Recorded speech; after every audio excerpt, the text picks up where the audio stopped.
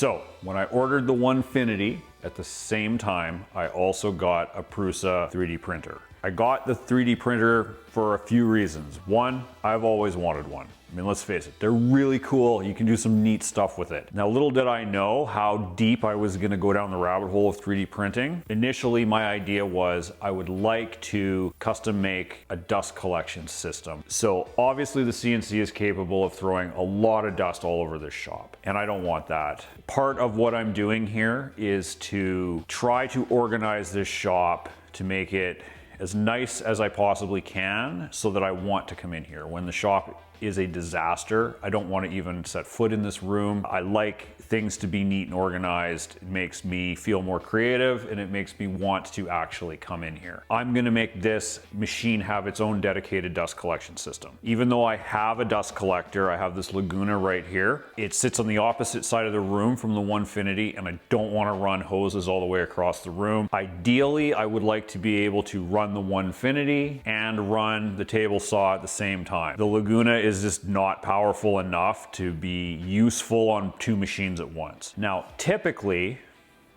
this style of dust collector uses one of these felt bags to filter the air and collect all the dust. And let's face it, I don't think this system is very good.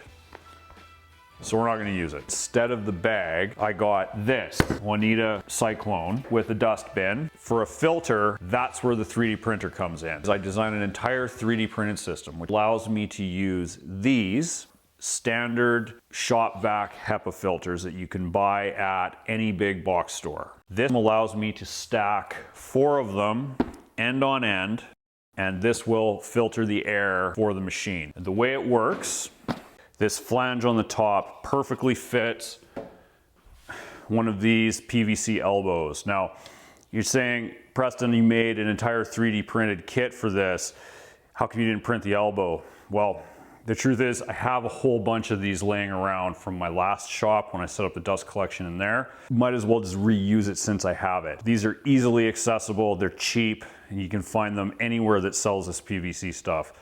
Air has to blow through here, and anybody that's ever used a Cyclone before knows that the Cyclone doesn't filter out 100% of the dust. There's gonna be some dust that's gonna get shot into this and out the bottom. So what I've designed for that is this. This is a 3D printed dust catch. This slides in like that, and it's secure, it doesn't even rattle. And then that catches all your dust so you have easy access to clean it out.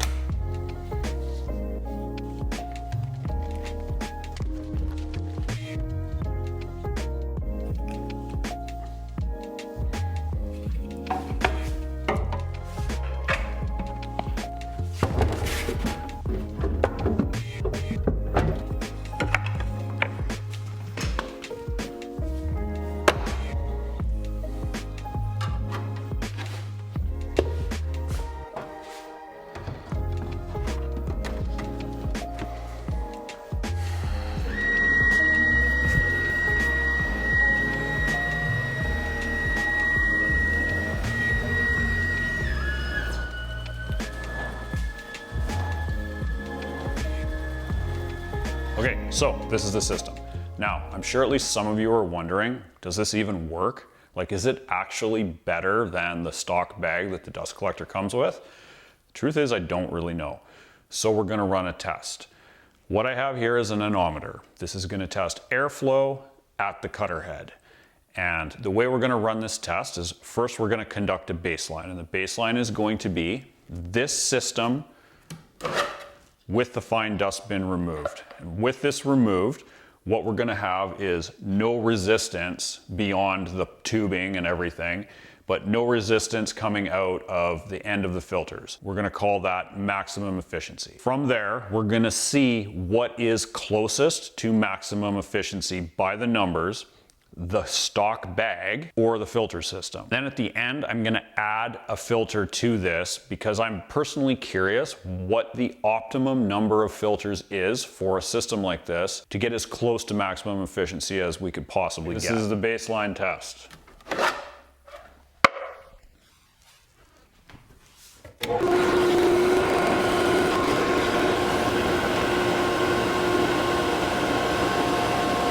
Definitely noticed is that there's like hardly any air blowing out the bottom of this. It's very little. And if I pull this off, there's quite a bit of suction, and now there's quite a bit of air blowing out from under here. So what obviously tells me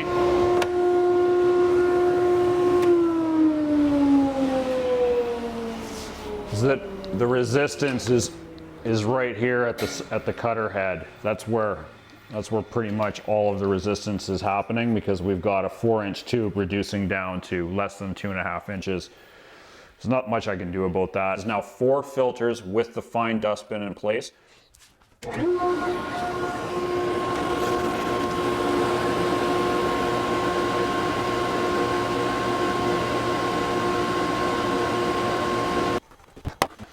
Cyclone with bag as a filter.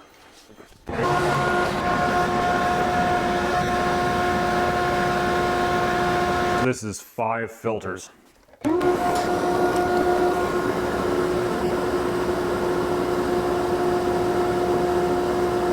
Okay, so just for fun, and because I know someone's gonna ask in the comments, we're gonna do a test with no cyclone, no HEPA filters, just the way you would use this if you bought it, pulled it out of the box and threw it on your machine and went for it. So it's gonna be hose hooked up straight to the dust collector, filtering straight into the bag, and I'll run the numbers exact same way just so we can all know.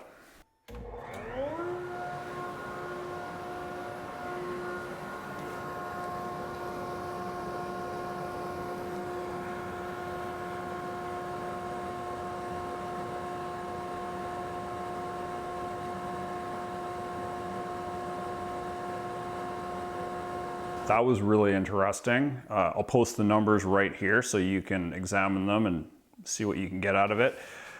Probably the biggest thing that I learned from all of this is that the resistance in airflow that is created by all of this pales in comparison to the resistance in airflow from the reduction in hose diameter right here. I knew it was going to be something, but I didn't know it was going to be that significant. So color me surprised. I'm happy with this, the 5 filter setup that I have going on here. I am surprised at the number difference that 1 additional filter adds. Like, you know, with 6 filters, you'd probably almost reach the same efficiency as if this was not even in the bin, and very close in efficiency to the bag. Also, keep in mind that the bag is only that efficient when it's clean. Like 5 minutes after sucking dust through that thing, you're losing a dramatic amount of efficiency. I wouldn't mind putting my anemometer on the dust bag when it's half full, just to see, like, through the course of an hour-long cut, how much does it actually lose in suction. Redesigning this dust boot is something else that I might look at in the future. We'll see once I actually get cuts made with this and how effective this system is with the current dust boot. And if it's working, then I'll probably leave it. However, if it is not performing to my expectations, then this is something that I definitely may redesign so that there isn't a massive reduction in diameter going right to the dust boot assembly. Obviously, I'm not a scientist. This is just to satisfy my own curiosity, and I figured I would take you guys along for the ride because I'm sure some of you out there have thought about some of this in some capacity and wondered what difference does it actually make. So I hope that I was able to help satisfy that curiosity for you.